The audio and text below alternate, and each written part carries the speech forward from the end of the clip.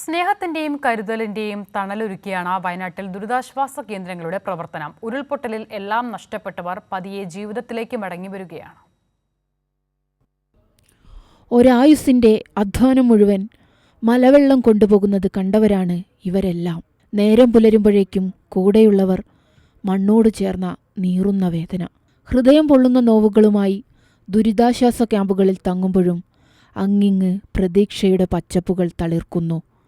ഇന്നലെ മുഖ്യമന്ത്രി പിണറായി വിജയൻ ക്യാമ്പ് സന്ദർശിച്ചതും ഏറെ ആശ്വാസമായി.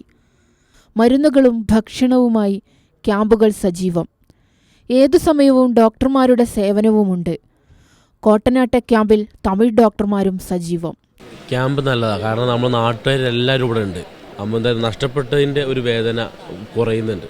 ക്യാമ്പിനെ കുറിച്ച് കുഴപ്പമൊന്നുമില്ല. മക്കളെ കാര്യമാണെങ്കിലും എല്ലാം ഒരു പ്രത്യേകം വന്ന് നോക്കുന്നുണ്ട്. തൊട്ടില് കാര്യങ്ങളൊക്കെ ഫീഡിങ്ങിൻ്റെ ഒക്കെ എല്ലാം ശ്രദ്ധിക്കുന്നുണ്ട്. ഓല് വന്നിട്ട് ആരോഗ്യപ്രവർത്തകരാണെങ്കിലും എല്ലാവരും സജീവമാണ്. കാലവർഷക്കെടുതിയെ തുടർന്ന് 91 ദുരിതാശ്വാസ ക്യാമ്പുകളാണ് വയനാട് ജില്ലയിൽ തുറന്നത്.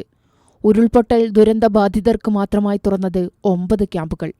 വിദ്യാലയങ്ങളാണ് മിക്ക ക്യാമ്പുകളും. മേപ്പാടി, തൃക്കൈപ്പറ്റ, നെല്ലിമുണ്ട, കോട്ടനാട്, കാപ്പുംകൊല്ലി തുടങ്ങി വിവിധ സ്ഥലങ്ങളിൽ ക്യാമ്പുകൾ പ്രവർത്തിക്കുന്നുണ്ട്. 578 കുടുംബങ്ങളാണ് വിവിധ ക്യാമ്പുകളിൽ കഴിയുന്നത്. ക്യാമ്പുകളിൽ വിവിധ മന്ത്രിമാരും കഴിഞ്ഞ ദിവസം എത്തിയിരുന്നു. സർക്കാരിന്റെ കാര്യക്ഷമമായ ഇടപെടലാണ് ക്യാമ്പുകൾക്ക് ഉണർവേകുന്നത്.